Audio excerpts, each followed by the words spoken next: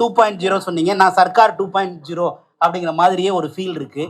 இந்த மோமெண்ட் இப்போ எப்படி மாறி இருக்கு அப்படின்னு கேட்டிங்கன்னா, இந்தியா பூராமே இதை எதிர்பார்க்குறாங்க. இந்த நிர்வாகத்தை இந்தியா பூராம் இருக்கக்கூடிய ஒவ்வொருத்தரும் இது மாதிரி இருந்தால் நல்லா இருக்குமேன்றாங்க. இந்த மொமெண்ட்டை பற்றி உங்கள் ஒப்பீனியன்? இந்தியாவில் இருக்கிற ஒவ்வொருத்தரும் இதை என்ன ஆரம்பிச்சிட்டாங்க, இதை பற்றி உங்களுடைய சில சிந்தனை. சார் சிற்பம் திறக்கலாம் வாங்கன்னு சொல்லிட்டு என்ன மாட்டி விடுறீங்களா சார்? மாட்டியே விடல சார், பயங்கரமான ஆளுங்க சார், இவங்க டேஞ்சரஸ் சார். எனக்கு பயமா இருக்கு, ஒவ்வொரு வார்த்தை பேசுறதுக்கும் பயமா இருக்கு. ஆனா நான் வந்து நண்பனா பேசல, இப்போ வந்து தமிழ்நாடு பிரஜையா பேசுறேன். அதான் நான் சொன்ன மாதிரி ஒவ்வொரு நாளும் நியூஸ் ஆன் பண்ணும் போது எனக்கு ஒரு ஒரு ஒரு ஒரு ஃபாஸ்ட் மூவிங் ஒரு கிராண்ட் ப்ரீ ரேஸ் பாக்குற மாதிரி தான் இருக்குது. என்ன நடக்கும், என்ன நடக்க போகுது அடுத்தது, ராத்திரியோட ராத்திரியா என்ன நடந்துச்சு. அன்னைக்கு திடீர்னு காலையில நியூஸ் போடுற, ராத்திரியோட ராத்திரியா கிட்டத்தட்ட எத்தனையோ பேர் பிடிச்சிருக்காங்க. கேட்டா அது வந்து சைலண்ட் ரேடா, அது வந்து யாருக்கிட்டுமே அனௌன்ஸ் பண்ணா அவங்க எல்லாருமே ஷார்ப் ஆயிடுவாங்க அப்படிங்கிறதுக்காக எதுவுமே சொல்லாம கொள்ளாம திடீர்னு நைட்ல வந்து ஒரு ரெய்டு. ஸோ இந்த மாதிரி ஒரு விஷயங்கள் தான் சார் சொன்ன மாதிரி த்ரூ அவுட் இந்தியா வந்து எல்லா சீஃப் மினிஸ்டரும் இப்படி இருந்தால் நல்லா இருக்குமே அப்படிங்கிறது வந்து எல்லாருமே எதிர்பார்க்குற ஒரு விஷயம். சுருக்கமா சொல்லணும்னா, ஒரு எப்படி சினிமால ஒரு ட்ரெண்ட் செட்டரா இருந்தாரோ, எத்தனையோ பேரியரை உடைச்சு எத்தனையோ தடைகளை உடைச்சிட்டு தான் அவர் அந்த லெவலுக்கு வந்தார். உங்களுக்கு தெரியும், உங்க எல்லாருக்குமே ஒவ்வொருத்தருக்கும் தெரியும் நான் என்ன சொல்ல வரேன்னு. நான் பேர் சொல்ல விரும்பல. எவ்வளவோ பேர் பெரிய ஆளுங்கெல்லாம் இருந்தாங்க. அது எல்லாத்தையும் தாண்டி உடைச்சி அவங்களோட பெரிய ஆளா வரணுங்கிறது சினிமால எவ்வளவு பெரிய கஷ்டமான விஷயம் அப்படிங்கிறது தெரியும். கிட்டத்தட்ட அங்க வந்துட்டார். நான் கிட்டத்தட்ட அங்க வந்துட்டாருன்னு ஏன் சொல்றேன்னு உங்களுக்கு தெரியும். அங்க இருக்கிறவங்க அங்க இருக்கிறாங்க, வந்துட்டார், ஈக்குவலா வந்துட்டார். அதுக்கப்புறம் வந்து பீக்ல இருக்கும்போது சரி வேண்டாம், நான் இந்த பக்கம் வரேன். அங்க சாதிச்ச தெரிஞ்சவருக்கு இங்க சாதிக்க தெரியாதாங்க, அங்க வந்து ஜெயிக்க தெரிஞ்சவருக்கு இங்க ஜெயிக்க தெரியாதா, அங்க தடைகளை உடைக்க தெரிஞ்சவருக்கு இங்க தடைகளை உடைக்க தெரியாதா, அங்க எதிர்ப்புகளை சமாளிக்க தெரிஞ்சவருக்கு இங்க எதிர்ப்புகளை சமாளிக்க தெரியாதா.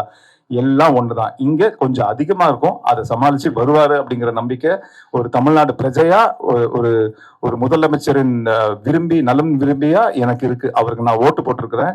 சோ நான் அது அவர்கிட்ட இருந்து எதிர்பார்க்கிறேன். அந்த எதிர்பார்ப்பு நான் மட்டும் எதிர்பார்க்கல, தமிழ்நாட்டில் இருக்கிற ஒவ்வொருத்தவங்களும் எதிர்பார்க்கறாங்க. ஸோ நிச்சயமா அந்த எதிர்பார்ப்புக்கு எந்த விதத்திலயும் அவங்களுக்கு ஏமாற்றத்தை கொடுக்காம முழுசா இன்னும் 100% 200% அவங்களை திருப்திப்படுத்துற மாதிரி தான் ஒரு ஆட்சி நடத்துவாரு அப்படிங்கிறது நான் இந்த நிமிஷம் வரைக்கும் நம்பிட்டு இருக்கிறேன். இனிமேலும் அதான் நான் நம்புவேன். அது நம்ம நம்பிக்கையை வீண் போகாம அதை நிறைவேற்ற வேண்டியது அவரோட கடமை. நிறைவேற்றி காட்டுவாரு உங்களுக்கு. நீங்களும் அதை பார்க்க தான் போறீங்க, நீங்களும் சந்தோஷப்பட தான் போறீங்க, உங்க குழந்தைங்க சந்தோஷப்பட தான் போறாங்க, எல்லாருமே சந்தோஷப்படுவோம். அந்த மாதிரி ஒரு ஆட்சி தான் இதுக்கு மேல தமிழ்நாட்டுல வரும். சுருக்கமா சொல்லணும்னா, எனக்கு தெரிஞ்சு இது யாருமே என்கிட்ட சொல்லலைங்க, இது மறுபடியும் உங்ககிட்ட சொல்றேன், இது என்னோட ஒப்பீனியன். எனக்கு தெரிஞ்சு இன்னும் ஃபியூ இயர்ஸ்ல தமிழ்நாடு வந்து சிங்கப்பூர் மாதிரி மாறினா கூட அது ஆச்சரியப்படுறதுக்கு எனக்கு எதுவுமே இல்லை. அந்த அளவுக்கு நான் சொல்றது, அந்த அளவுக்கு மெடிக்கல் ஃபெசிலிட்டி. ஏன்னா சிங்கப்பூர் சிட்டிசனுக்கு வந்து உள்ள மெடிக்கல் ஃபெசிலிட்டிலாம் பிரமிச்சு போயிடுவோம் நம்ம போய் பார்த்தோம்னா. Education, medical facility and security, இது மூணுமே வந்து சிங்கப்பூர்ல வந்து தைரியமா இருக்கலாம். ஏன் சொல்றாங்க சிங்கப்பூர், மலேசியா, சிங்கப்பூர்லாம் போனா தைரியமா வெளியில நடந்து போடலான்னு? ரொம்ப அது வந்து என்னன்னா அந்த அளவுக்கு அங்க வந்து சேஃப்டி இருக்குது. இம்மீடியட் ஒரு ஆக்ஷன் எடுப்பாங்க. ஸோ எனக்கு தெரிஞ்சு அந்த மாதிரி ஒரு நல்ல ஒரு சந்தோஷமான ஒரு தமிழ்நாட்டை என்னோட தொலைநோக்கு பரவாயில்ல நான் பாக்குறேன். அது கூடிய சீக்கிரம் நடந்துரும் நான் நம்புறேன். ரொம்ப ரொம்ப நன்றி சார். அண்ணா என்னமோ கேக்குறீங்கண்ணே, எனக்கு பயமா இருக்குண்ணே. சாரை கேக்குறீங்களா? ஓகே. இல்ல இதான் பிரஸ் மீட், இதோட முடியுது. Right right. ஒரு விஷயம், அதாவது பிரஸ் மீட்டுங்கிறதே தெரியாம நீங்க ஒரு கேள்வி கேட்குறீங்க, தான் பிரஸ் மீட்டு. Right, okay. நல்ல விஷயம். ஆக்சுவலா ஒரே ஒரு கேள்வி மட்டும் என்னன்னு கேட்டா, நம்மளுடைய டிவிகேயோடைய தேர்தல் வாக்குறுதியில் முதல்வர் விஜயோடைய தேர்தல் வாக்குறுதி நிறைய, அதுல முக்கியமானது சார், ஒரு நிமிஷம் ரொம்ப முக்கியமான பாயிண்ட் சொல்றேன்.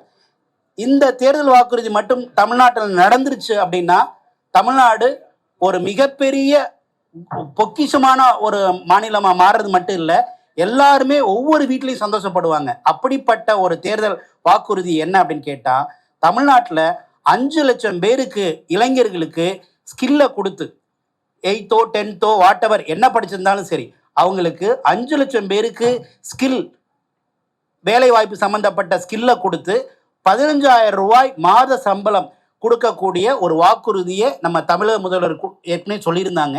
கண்டிப்பா இது நடந்து முடியும் போது தமிழ்நாடு, நீங்க சொன்ன மாதிரி சிங்கப்பூர் இல்லை, சிங்கப்பூருக்கே தமிழ்நாடு தான் முன்னுதாரணம் அப்படிங்கிற மாதிரியான ஒரு விஷயத்தை நோக்கி நடக்கும்.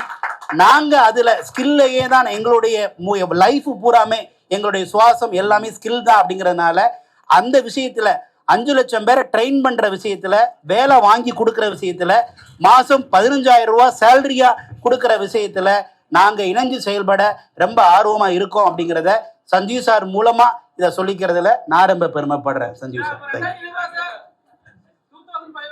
சார் அதெல்லாம் தட் இஸ் டிஃபரெண்ட். நான் என்னுடைய ஸ்கில்லை பத்தி தான் சார். சார்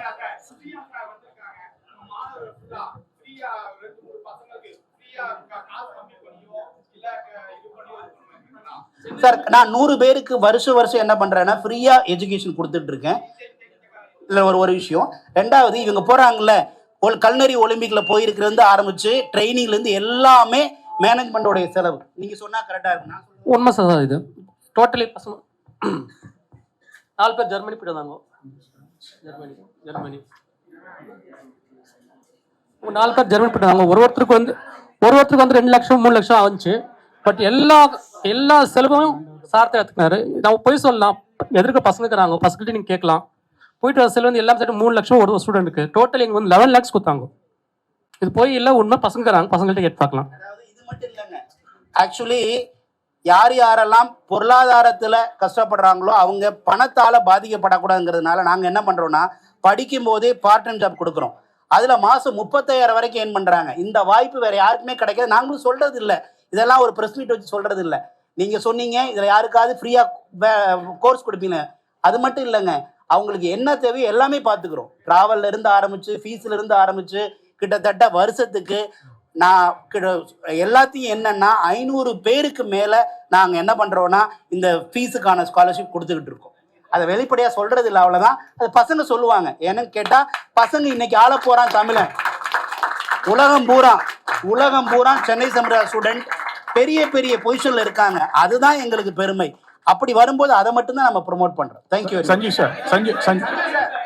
சஞ்சீவ் சார் ஒரு கேள்வி சார், எங்க நண்பரா இருக்கனால கேட்கிறோம். விஜய் சார் வந்து பொலிட்டிஷியனா இருக்கும்போது ஒரு ட்ரெஸ் கோட் வேற மாதிரி இருந்தது, ஒயிட். இது மாதிரி சிஎம் ஆன பிறகு அந்த கோட் இதுக்கு மாறிட்டாரு. அது என்ன காரணம்? ஏதாவது உங்கள்கிட்ட சொன்னாரா? உங்களுக்கு ஏதாவது தெரியுமா ஃப்ரெண்ட் சர்க்கிள்ல? அப்படிலாம் ஒரு காரணமும் இல்லை சார். அவர் வந்து ஒரு ட்ரெண்ட் செட்டர், அவ்வளவுதான். இது வரைக்கும் தமிழ்நாட்டில் ஏதாச்சும் ஒரு சிஎம் அந்த மாதிரி வந்திருக்காங்களா? அவர் வராரு, அவ்வளவுதாங்க. சஞ்சீவ் சார், இப்போ உங்க ஃப்ரெண்டு ஸ்ரீநாத் வந்து பாத்தீங்கன்னா எலெக்ஷன்ல நின்று ஜெயிச்சு எம்எல்ஏ ஆகி இப்ப மினிஸ்டரும் ஆயிட்டாரு. உங்களுக்கு அந்த வருத்தம் இருக்கா? நம்ம நிக்காம போயிட்டு நம்ம மினிஸ்டர் ஆகாம போயிட்டோம்னு வருத்தம் இருக்கா? இல்ல சார், நான் அது கேட்கவும் இல்லை. நான் அந்த சைடு நான் போகவும் இல்லை. நம்ம வேலையை நம்ம பார்ப்போம், அவர் வேலையை அவர் பார்க்கறாரு. ஸ்ரீநாத்துக்கு அதுல இருந்து இன்ட்ரெஸ்ட் இருக்கு. அண்ட் பிளஸ் அவர் தூத்துக்குடியில தான் பிறந்தாரு வளர்ந்தாரு. ஸோ தூத்துக்குடி மண்ணின் மைந்தன் அவர். ஸோ அவர் வந்து அந்த இன்ட்ரெஸ்ட்ல அவர் ஆக்சுவலா ஸ்ரீநாத்தே ஆரம்பத்துல வந்து வேற ஒருத்தங்களுக்காக தான் கேட்டாரு. ஆனா அதுக்கப்புறம் அது அவருக்கு வந்துச்சு. ஸோ அவர் வந்த வாய்ப்பை அவருக்கும் இன்ட்ரெஸ்ட் இருக்குங்கிறதுனால அவர் கண்டினியூ பண்ணாரு. இன்னைக்கு பை காட்ஸ் கிரேஸ் வந்து மினிஸ்டரா இருக்கிறார். நீங்க விஜய் சார்ட்ட கேட்டிருக்கீங்களா? இல்ல இதை பத்தி எலெக்ஷன்ல நிக்கிறத பத்தி பேசிருக்கீங்களா? அவர் ஏதாச்சும் உங்கள்ட்ட ஃப்ரெண்டா கேட்டிருக்காரு? இல்ல சார், ரெண்டுமே இல்ல சார். உங்களுக்கு வந்து திருச்சி கிழக்குலையோ இல்ல ஒரு ராஜ்யசபா எம்பியோ பதவி கொடுத்து ஆதாரம் அப்படின்னு ஒரு நம்பர் சொன்னான்னு அக்செப்ட் பண்ணிடுவீங்களா? நீங்க அரசியலுக்கு வருவீங்களா? இல்ல நீங்க வேற யாராவது சிபாரிசு பண்ணுவீங்களா? சார் இது வந்து ஒரு டக்குனு பெரிய கேள்வியெல்லாம் கேட்டீங்க சார். இல்லை, இது வந்து அது அந்த சூழ்நிலையை பொறுத்து இருக்கு சார். இப்போ நான் அதை பற்றி நீங்க சொல்லி தான் தெரியுது, ஓ இப்படி ஒரு விஷயம் இருக்குதான். நான் அதை பற்றிலாம் யோசிக்கவே இல்லை சார். அந்த நேரம் வரும்போது பார்ப்போம் சார். சஞ்சீவ் சார், இப்ப விஜய் சார் வராத ஈவெண்ட் எல்லாம் வந்து இனிமே உங்களை பார்க்கலாமா? ஐயோ, யார் அந்த பெரிய மனுஷன்? என்ன ஒரேடியா 35 வருஷம் நட்பே க்ளோஸ் பண்றீங்க போல இருக்குதா? இல்ல சார், அது நட்புக்காக சொல்றேன் சார்.